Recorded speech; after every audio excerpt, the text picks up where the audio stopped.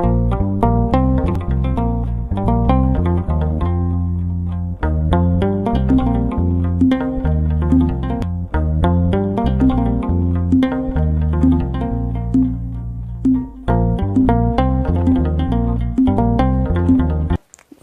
አብ ወወልድ ወመንፈስ ቅዱስ አሐዱ አምላክ ስብሐት ለእግዚአብሔር ለዘአብጽሐነ እስከዛቲ ሰዓት።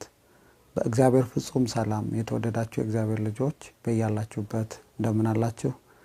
ልዑል አምላካችን እግዚአብሔር በኃጢአት በበደል በርኩሰት የባከነው ዘመናችን ላይ ጭንቀን በእድሜያችን ላይ ለንስሐ ጨምሮ በዚህ ወንጌል ማዕድ ዙሪያ ተሰባስበን ቅዱስ ቃሉን እንድንማማር ስለረዳን ስሙ የከበረ የተመሰገነ ይሁን። የባህሪያችን መመኪያ የአዲስ ኪዳን ኪሩብ እግዚአብሔርን ያየንባት መስታወታችን ቅድስት ድንግል ማርያም ጌታ ባከበራት የክብር መጠን ከፍጡራን ሁሉ በላይ ከፈጣሪ በታች ስሙ የከበረ የተመሰገነ ይሁን። ረድኤተ እግዚአብሔርን አጋዥ በማድረግ በጸሎታችን ውስጥ ሊካተቱ የሚገቡ 3 መሰረታዊ ቁም ነገሮችን አንስተን ዛሬ እንማማራለን። ጸሎታችን ወይም ደግሞ በኃይለኛው በእግዚአብሔር ፊት እጃችንን ለምስጋና የከንፈራችንን መስዋዕት ለማቅረብ በእግዚአብሔር ፊት አደግድገን በመንቆምበት ሰዓት ጸሎታችን ሊያካትታቸው የሚገቡ 3 መሰረታዊ ነገሮች አሉ። እነዚህ 3 መሰረታዊ ነገሮች የጸሎታችን አስፈላጊ ነገሮች እንደመሆናቸው መጠን ችላ ልንላቸው በፍጹም ደግሞ ከጸሎት ህይወታችን ልናርቃቸው አይገባም። ይህም ስለሆነ ነው ይህን ርዕሰ ጉዳይ አንስተን ለመነጋገር ጸሎታችንን በእግዚአብሔር ፊት ስናቀርብ እነዚህ 3 መሰረታዊ ነገሮችን ያሟላ ጸሎት ለማድረስ እንድንችል ይችን አጭር ቪዲዮ ማዘጋጀት ያስፈልጋል። ጸሎታችን ሁሉ ጊዜም ስንጀምር በምስጋና ነው መጀመር ያለብን። እግዚአብሔር አምላካችን በርካታ ያደረገልን ነገር አለ። በኃጢአትና በርኩሰታችን ላይ ተስፋ ሳይቆርጥ የዚችን ቀን ብርሃን እንድንመለከት የረዳን አምላካችን ይችን ቀን ስለሰጠልን እናመሰግነው ይገባናል። ከዛም ባለፈ በዙሪያችን በርካታ እግዚአብሔርን ልናመሰግንባቸው የምንችላቸው ምክንያቶች አሉ። እነዛን ምክንያቶች የበለጠ ደግሞ ቀራንዮ ኮረብታ ላይ ስጋውን ስለቆረሰልን ደሙን ስላፈሰሰልን እርግማናችንን በመስቀል ሞቱ ጠርቆ ከመንገዳችን ስላስወገደው በአርያውና በአምሳሉ ፈጥሮ በገነት ውስጥ አክብሮ ባስቀመጠን ሰዓት አትብሎ የተባለውን ዕፀ በለስ በመብላት ተዋርደን የነበረውን ውርደታችንን አርቆ ቀራንዮ ኮረብታ ላይ እንደሚገባው ጸጋችንን ስላደለን ልናመሰግነው ይገባናል። አባባ ብለን የምንጮህበት የልጅነት መንፈስ እኮ ተሰጥቶናል። የሱ ወደ ሆኑት መጣ፣ የገዛ ወገኖቹ ግን አልተቀበሉትም። ለተቀበሉት የእግዚአብሔር ልጆች የሆኑ ዘንድ ስልጣንን ሰጣቸው። እኛ ባለስልጣን ነን። ባለስልጣን የሆነው እግዚአብሔርነትን እንደመቀማት ሳይቆጥረው የባሪያውን መልክ ይዞ ፍጹም ራሱን ባዶ ባደረገው በኢየሱስ ክርስቶስ አማካኝነት ነው። ሕግ በሙሴ በኩል ተሰጥቶን ነበር፣ ጸጋና እውነት ግን በክርስቶስ ኢየሱስ ሆነ ይለናል መጽሐፍ። ስለዚህ ስለተደረገልን ቀራንዮ ኮረብታ ላይ ስለተከፈለልን ዋጋ እያሰብን በአርያውና በአምሳሉ ስለፈጠረን በጸሎታችን እግዚአብሔርን ልናመሰግነው ይገባናል። በመጀመሪያ ጸሎታችን ሊይዘው የሚገባ መሰረታዊ ነጥብ ምስጋና ነው። በመጀመሪያው የጸሎታችን ክፍል ላይ እግዚአብሔርን ስላደረገልን ስለማይነገሩ ስጦታዎቹ ሁሉ ልናመሰግነው ያስፈልገናል። ጥቂቶቹን አባቶቻችን ያዘጋጇቸውን የጸሎት መጻሕፍቶችን መመልከት ይቻላል። ከብዙ በጥቂቱ አንዱን እንኳን ብናነሳ የዘወትር ጸሎት አቤቱ እናመሰግናለን፣ አቤቱ እናከብራለን፣ አቤቱ እንገዛላለን፣ ጉልበት ሁሉ የሚሰግዱልህ ለአንተ እንሰግድልሃለን ብለን ነው የምንጀምረው። ካማተብን በኋላ የሥላሴን ስም ከጠራን በኋላ ቀጥታ የምንገባው ወደ ምስጋና መሆኑን ያለ ምክንያት አይደለም። ምክንያቱም ከሁሉ አስቀድሞ ስለተደረገልን ነገር ማመስገን ክርስቲያናዊ ግዴታችን ስለሆነ ማለት ነው። ስለዚህ ሁላችንም እግዚአብሔር አምላካችንን ለማመስገን እጃችንን መዘርጋት፣ የከንፈራችንን መስዋዕት በፊቱ ለማቅረብ አደግድገን በፊቱ መቆም መሰረታዊ ነገር ነው ማለት ነው። ለምሳሌ መድኃኔ ዓለም ኢየሱስ ክርስቶስ ሐዋርያት አስተምረን ብለው ጠይቀውት ያስተማራቸውን ጸሎት ብናይ ስምህ ይቀደስ።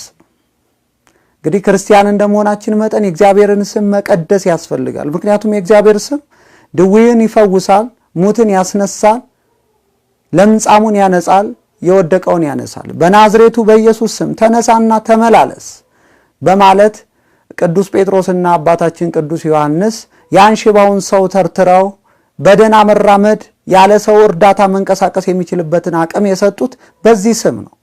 ይህን ስም በምስጋና ከጸሎታችን የመጀመሪያውን ክፍል ሰጥተን በአግባቡ ማመስገን እንደሚገባን መድኃኔ ዓለም ኢየሱስ ክርስቶስ ሲያስተምረን ምን አለ?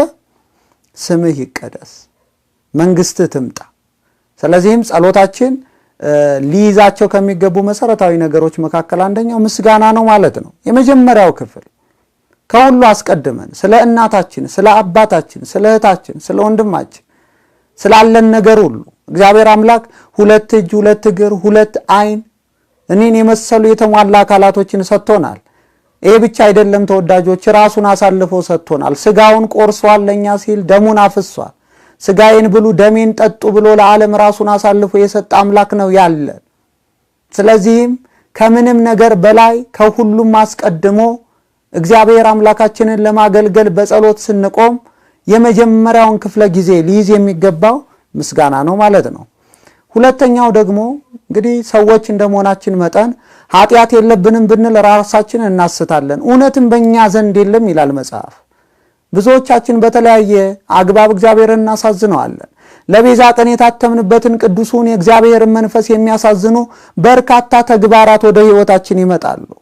ዲያብሎስ እግዚአብሔርን እንድናሳዝነው የኃጢአት ፍላጻዎችን እንዲያቆስሉ ለበርካታ ዘመናት አድብቶ ሊወጋን ሕይወታችንንም በኃጢአት ምስቅልቅሉ እንዲወጣ የማድረግ ተግባሩን ለመፈጸም በርካታ ፈተናዎች በዙሪያችን በፈተና መልክ ሲያቀርብ እንደኖረ ሁላችንም እናውቅ ነው። ጠላታችሁ ዲያብሎስ የሚወጣውን ፈልጎ እንደሚያገሳ አንበሳ ዙሪያችሁን ይዞራል፣ ጸንታችሁ ተቃውሙት ተብለናል። ስለዚህም በዚህ ጠላታችን ሴራ የተነሳ ከዓለም የሚመጡ የተለያዩ ነገሮችን ምክንያት በማድረግ ለኃጢአት የምንጋለጥበት አጋጣሚ ብዙ ነው። ክርስቲያን ስለሆነን ኃጢአት አንሰራም ማለት አይደለም። የበለጠውኑ ከሌላ ሰዎች በተለየ ሁኔታ እንፈተናለን። ተፈትነን የምናልፍ እንዳለን ሁሉ ተፈትነን ደግሞ የምንወድቅ ሰዎች አለን።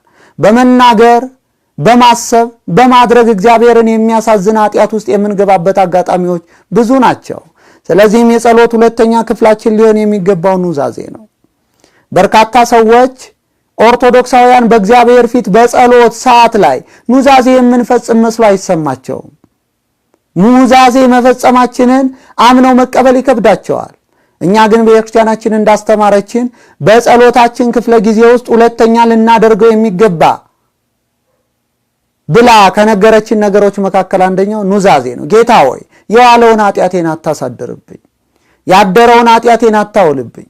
በመናገርም ቢሆን በማሰብም ቢሆን በተግባርም ቢሆን የፈጸምኩትን በደሌን ይቅር በለኝ። ጌታ ሆይ እንደ ሰማይ ከዋክብት እንደ ምድር አሸዋ የበዛ ኃጢአት እድሜ ዘመኔን በፊት ስፈጽም ይኖርኩኝ። አዎ በኃጢአት የቆሸሽኩ ነኝ። ከበረዶ ይልቅ ነጭ እንድታደርገኝ የምለምንህም ለዛ ነው። አዎ ጌታ ሆይ በልቤ ጎዳና ላይ የሚመላለሰው የዓለም ሐሳብ ነው። ጌታ ሆይ አንተ የምትከብርበት ሐሳብ በአእምሮዬ ውስጥ መኖር አቅቶታል። ለበርካታ ኃጢአቶች ተሸንፌ ወድቄአለሁ። አሁን ዘማዊ ነኝ። አዎ ጌታ ሆይ እኔ ቀማኛ ነኝ። አዎ ጌታ ሆይ እኔ ሌባ ነኝ። አዎ ጌታ ሆይ ዘመኔን ሁሉ አንተን በማሳዘን ለሰው ቅን የምትመስል መንገድ አለች፣ ፍጻሜዋ ግን ሞት ነው በተባለው ጎዳና ላይ ለመራመድ የማይሰለቸኝ ኃጢአትንና ርኩሰትን እንደ ቀዝቃዛዋ ስጨልጥ የኖርኩኝ ከንቱ ሰው ነኝ እያለን እግዚአብሔርን ይቅርታ ልንጠይቀው ያስፈልጋል። የሰራናቸውን ኃጢአቶች በዝርዝር በኃይለኛው በእግዚአብሔር ፊት አስቀምጠን ይቅርታ መጠየቅ መቻል አለብን። ከንስሐ አባቶቻችን ፊት ለእግዚአብሔር ኃጢአታችንን የምንናዘዘው አንዱ የኑዛዜ አይነት እንዳለ ሆኖ በእግዚአብሔር ፊት የምንናዘዘው ኑዛዜ መሰረታዊ የጸሎታችን ሁለተኛ ክፍል መሆኑን ሁላችንም ኦርቶዶክሳውያን በፍጹም ልንዘነጋው አይገባም። ሶስተኛው የጸሎት ክፍላችን ደግሞ የሚይዘው ልመና ነው። በርካታ ሰዎች የኛን ልመና ይፈልጋሉ። ክርስቲያኖች ለተጎዱ ለታመሙ ሰዎች በተለያየ አግባብ ውስጥ ለተቸገሩ ሰዎች ሁሉ እንጸልያለን። እምንጸልየው እኛ ስለበቃን ስለነቃን አይደለም፣ ግዴታችን ስለሆነ። ጸሎታችን አስተውላችሁት እንደሆነ አባቴ ሆይ ብለን እኮ አይደለም የምንጀምረው፣ አባታችን ሆይ ብለን ነው የምንጀምረው። ስምህ ይቀደስ፣ መንግስትህ ትምጣ፣ የበደሉንን ይቅር እንደምንል በደላችንን ነው ምን በደሌን ይቅር በለኝ አንለው። ለሌሎች ሰዎች ማሰብ ክርስቲያናዊ ግዴታ ነው። ለእህት ለወንድሞቻችን መጸለይ ግዴታችን ነው። ለጠላቶቻችን መጸለይ እንዳለብን መጽሐፍ ቅዱስ ያስተምረናል። ለእናት ለአባቶቻችን መጸለይ አለብን። ለሊቃነ ጳጳሳት መጸለይ አለብን። ወንጌል ለሚሰብኩ መምህራን መጸለይ አለብን። ለዲያቆናት ለካህናት መጸለይ አለብን። ወንጌል በዓለም ሁሉ እንዲሰፋ ቤተ ክርስቲያን ስለምታደርገው ስለ እያንዳንዱ አገልግሎቷ እያንዳንዱ ኦርቶዶክሳዊ በኃይለኛው በእግዚአብሔር ፊት ተንበርክኮ ስለዚህ ጉዳይ ሊያሳስብ ይገባዋል።